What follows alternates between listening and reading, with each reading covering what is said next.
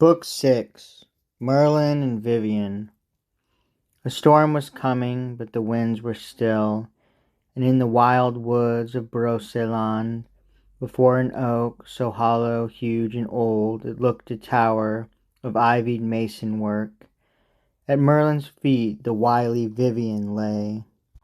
For he that always bare in bitter grudge the slights of Arthur and his table, Mark the Cornish king, had heard a wandering voice, a minstrel of Caerleon, by strong storm blown into shelter at Tintagel, say that out of naked knight-like purity Sir Launcelot worshipped no unmarried girl, but the great queen herself, fought in her name, swear by her, vows like theirs, that high in heaven love most, but neither marry nor are given in marriage, angels of our Lord's report.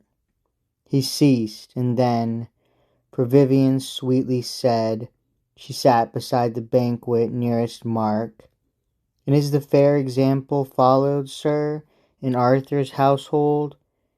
Answered innocently, ay, by some few, ay, truly, use that hold it more beseems the perfect virgin knight to worship woman as true wife beyond all hopes of gaining than as maiden girl.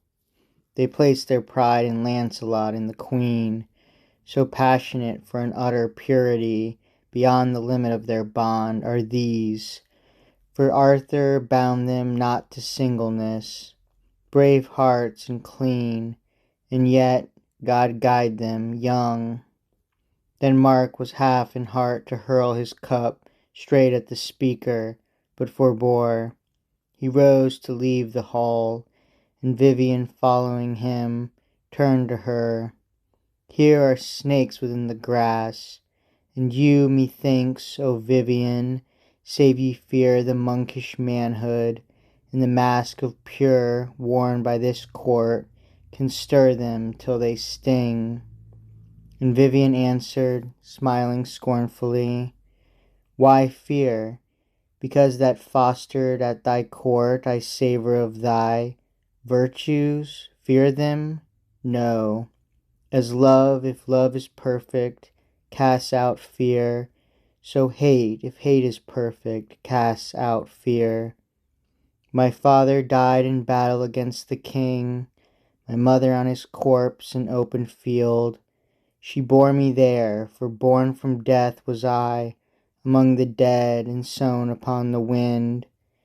And then on thee, and shown the truth betimes, that old true filth, and bottom of the well where truth is hidden, gracious lessons thine, and maxims of the mud.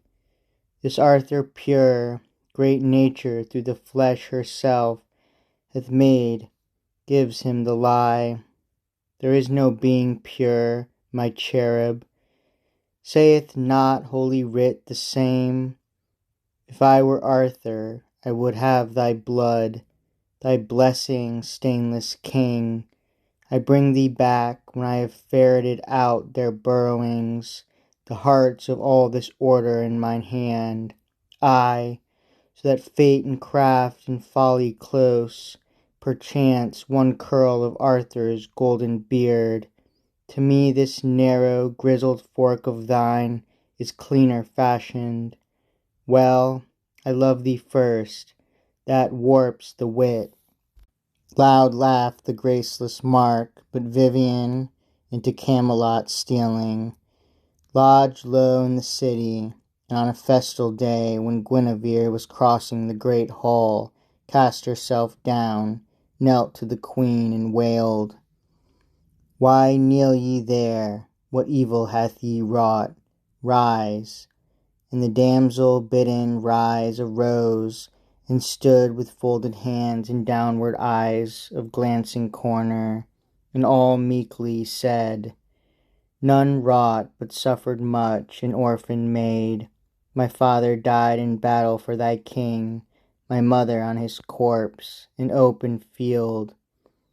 The sad, sea-sounding wastes of Lyonesse, poor wretch, no friend, And now by Mark the King, for that small charm of feature mine pursued. If any such be mine, I fly to thee.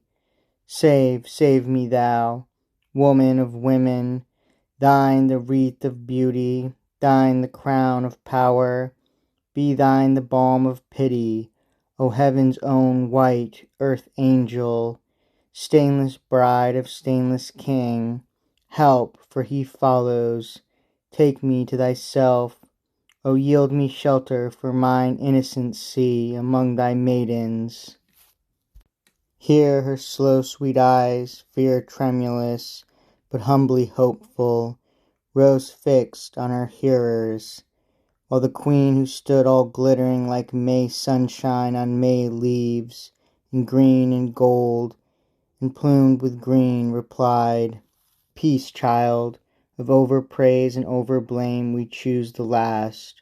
Our noble Arthur, him ye scarce can overpraise, will hear and know. Nay, we believe all evil of thy Mark.